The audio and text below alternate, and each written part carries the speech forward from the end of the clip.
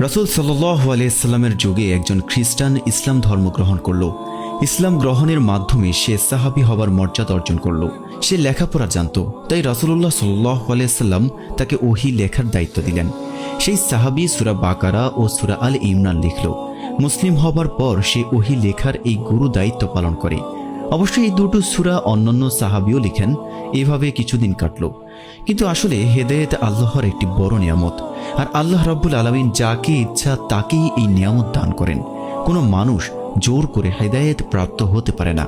এমনকি স্বয়ং আল্লাহর নবী হযরত মুহাম্মদ সাল্লাল্লাহু আলাইহি সাল্লাম তার আপন চাচা আবু তালেবকে অনেক চেষ্টা করেও হেদায়েত করতে পারেননি। এই সাহাবীর ক্ষেত্র তাই ঘটল।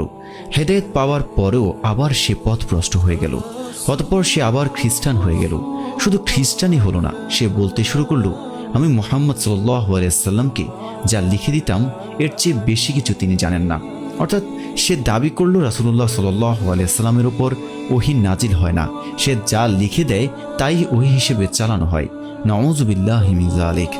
কিন্তু প্রতিটি মানুষকে মরতে হয়। মৃত্যুর স্বাদ এমন এক স্বাদ, যত অনিচ্ছা যত অনাগ্রহ থাকুক সবাইকেই তা গ্রহণ করতেই হবে। আর এই নিয়মে সেই লোকটিও একসময় ইন্তেকাল করল। তাকে খ্রিস্টানদের কবরস্থানে দাফন করা হলো। কিন্তু পরদিন সকালে ঘটে গেল এক আশ্চর্য ঘটনা। দেখা গেল যে তাকে কবর থেকে বাইরে নিক্ষেপ করা হয়েছে। তার সহযোগী খ্রিস্টানরা ভাবল নিশ্চয়ই এই কাজ অন্যান্য সাহাবীরা করেছেন, যেহেতু তিনি বিশ্বাসঘাতকতা করেছেন। তাকে আবার ভালোভাবে কবর দেওয়া হলো। কিন্তু আশ্চর্য, পরদিন একই ঘটনা ঘটল আবার। খ্রিস্টানরা এবার ভাবনায় পড়ে গেল। এবার তারা কবর খনন করলো অনেক গভীর করে, এতেও কাজ হলো না। সেই একই জিনিস, একই দৃশ্যের চিত্রায়ন হচ্ছে দেখে তাদের সকলের মাথা আউলে গেল। তবুও তারা কোনোভাবে তাকে কবর দিতে গেল। কিন্তু পরদিন ভোরেও দেখা গেল কবর তাকে জায়গা দিচ্ছে না, তার লাশ কবরের বাহিরে পড়ে আছে। এভাবে চলতে থাকায় খ্রিস্টানরা বুঝতে পারলো এই কাজটি কোনো মানুষের না। লাশটি যেভাবে ছিল সেভাবেই তারা ফেলে রাখলো। খ্রিস্টানরা বুঝে ফেললো এই লোকটি মিথ্যা বলেছে। একবার ভেবে দেখুন, ওই লোকটি কত বড় সুযোগ হারালো। সে সাহাবী হয়ে মৃত্যুবরণ করলে আমরা সারা জীবন তার জন্য দোয়া করতাম, আল্লাহ তাকে ক্ষমা করতেন এই আশা করা যেত। কিন্তু হলোটা কি?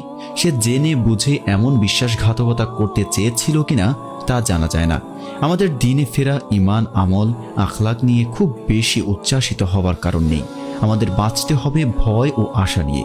ওই লোকটি সূরা আলে ইমরান লিখেছিল। এই সূরার শুরুতে আল্লাহ একটি দোয়া শিখিয়ে দেন। এই দোয়াটি আমাদের প্রত্যেকের করা উচিত।